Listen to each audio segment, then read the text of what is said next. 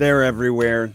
The bro vets, the vet bros, the grunt style shirts, tactical pants, tactical underpants, tactical cowboy hats, tactical whatever. Probably a goatee, Oakleys. You know, they're the ones that like to start most every argument, especially on Facebook with, as a veteran, ... I believe blank, and they're like arguing about something completely unrelated. Is that stereotype deserved? Is it a good stereotype? Is it a bad stereotype? Is it offensive? I don't really care. It's funny. If we can't laugh at ourselves, who are we allowed to laugh at? I would argue that vet broitude is more so on a spectrum than it is a yes or no, black or white. It's not like, are you a vet bro or not? It's like, to what extent? Let's just have a laugh and move on. Nobody's judging you, okay? Is everybody good? I got to go first. You might be a vet bro if you park in the veteran parking only spot at Lowe's, even though you saw an open space much closer to the door in your lime green Dodge Challenger that's financed at 26 APR. You might be a bro vet if you have at least 2 pins and mini medals on your hat. Who puts mini medals on their hat? At least 1 service-related tattoo larger than your hand that is easily visible in normal clothing. Dude, that's me. See? I check a box. I can laugh at myself. I got like my first week after basic training. I'm gonna get a giant Air Force logo on my calf. What a brilliant idea, Adam. High five. If you yell at the staff for not immediately giving you the 10% discount at IHOP, between the bumper sticker, custom plates, ball cap with pins and medals, the Semper Fi on your knuckles, and the loud proclamation of how this chow is way better than MREs, they should have known that you were a vet. Calling food chow at all in the first place gives you a point in the bro vet category.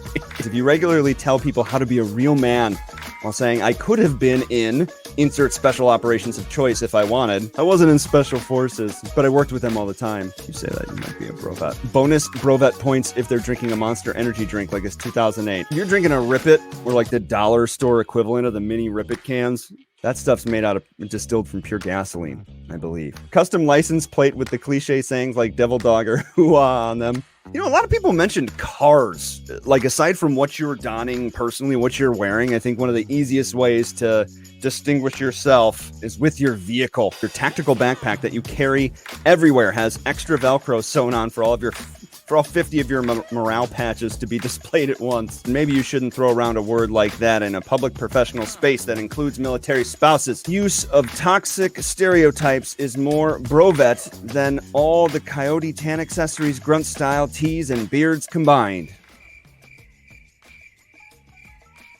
Okay. If you have the Oakley sunglasses with the Global War on Terror ribbon along the side, like the GWAT, you regularly wear Navy SEAL diving shorts, and you weren't even in the Navy or any branch, and you can't swim.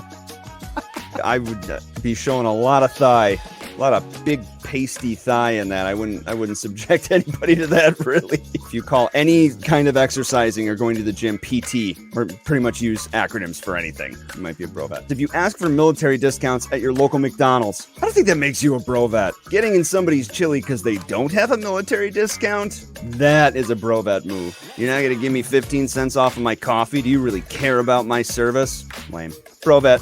You might be a bro vet if you do everything to look like you're still in and then get upset when people notice. If you routinely just cut in front of the women at the VA because you're confused as to why we might be there, you might be a bro vet. That's a good one. Where I get funny looks if I wear a dress and no one asks what unit I was in, but they'll ask the dude next to me.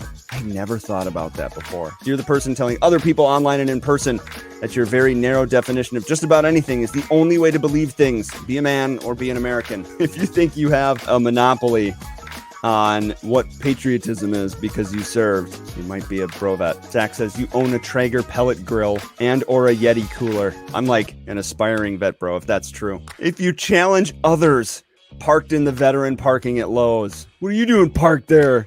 When did you serve? You might be a bro vet when you meet another bro or cis vet and you know they'll understand you.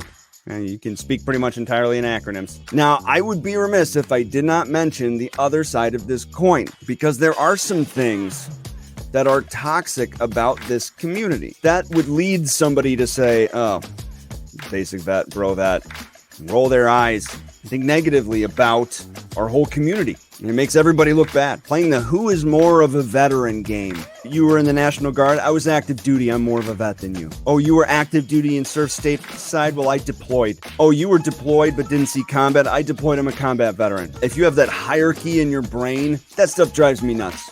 And that is a nasty bro-vet move. Everybody that served in their own way. Looking down on civilians like they wouldn't know a thing. It doesn't put you in this higher echelon. It just is a different basis of experience. Talking like you represent all veterans. You're not the emperor of veterans, and you and your veteran friend group, you don't speak for all of us. The veteran community is too diverse to make sweeping statements about. If you think people owe you something, a job, a discount, reverence, respect, if you think you're owed that because of your service, that is like 10 check marks in the bro-vet category.